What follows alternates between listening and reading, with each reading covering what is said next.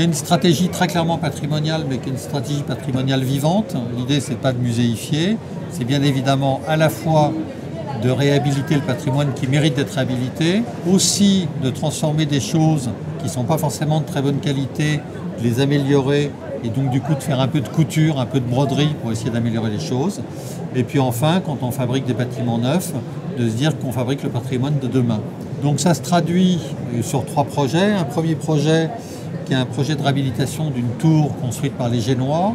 Les Génois ont construit des tours tout autour de la Corse, qui étaient des tours de défense.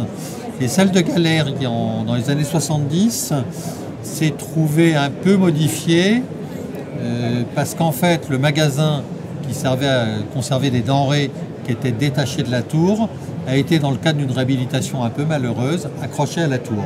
Ce qui fait qu'au lieu d'avoir 2 bâtiments distincts et la tour qui gardait une forme de tour, on a plutôt une espèce de locomotive de western qui est un peu étrange. Donc le travail, c'est en fait de reséparer les bâtiments. Pour autant, c'est de récupérer les matériaux de la démolition, de les réutiliser dans la reconstruction d'un parapet pour la tour et d'un garde-corps. Donc à la fois de refabriquer du patrimonial, à la fois de revenir à l'état d'origine pour avoir un patrimonial qui est datable, qui est daté et qui est conforme à son usage d'origine et qui est explicable. Et puis ensuite, de se servir quand même de l'ajout qui a été fait pour bonifier la réhabilitation. Ça, c'est le projet de la tour génoise.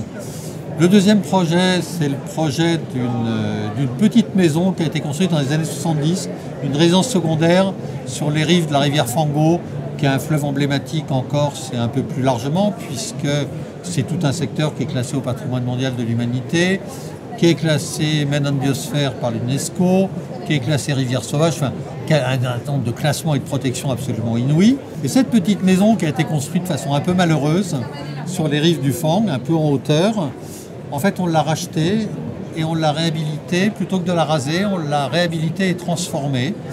Et les architectes l'ont fait avec beaucoup de talent.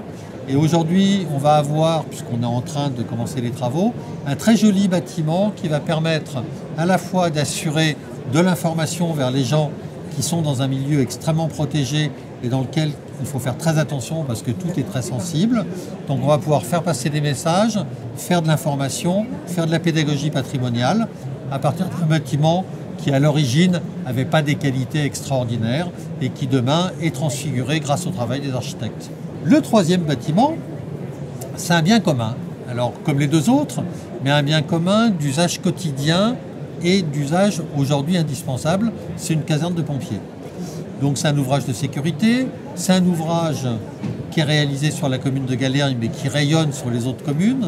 C'est un ouvrage qui a été placé stratégiquement à un carrefour de route pour des raisons que tout le monde comprend aisément, qui sont la rapidité d'intervention des pompiers, qui est absolument primordiale quand il s'agit de faire des secours à la personne.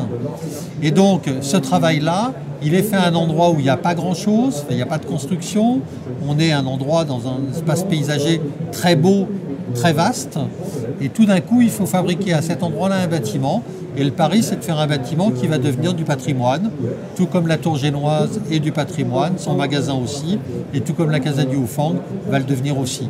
Ça veut dire un bâtiment qui est fabriqué avec des matériaux le plus possible en circuit court locaux, qui a une inscription paysagère très douce, très intelligente dans le territoire, une couleur qui rappelle la rhyolite, qui est la couleur de la tour génoise, qui est la couleur de la roche de la région de Galère, de la caldeira.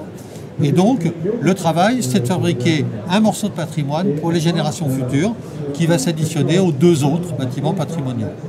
C'est ça la tradition, l'espèce de tradition qu'on essaie de mettre en place, ou en tout cas le chemin qu'on trace avec la commune, voilà, et qui s'exprimera dans d'autres projets dans les années à venir. Alors oui, on est en train de travailler aussi sur un réaménagement d'une partie du village avec l'idée de fabriquer des logements qui soient des logements uniquement dédiés aux résidences principales.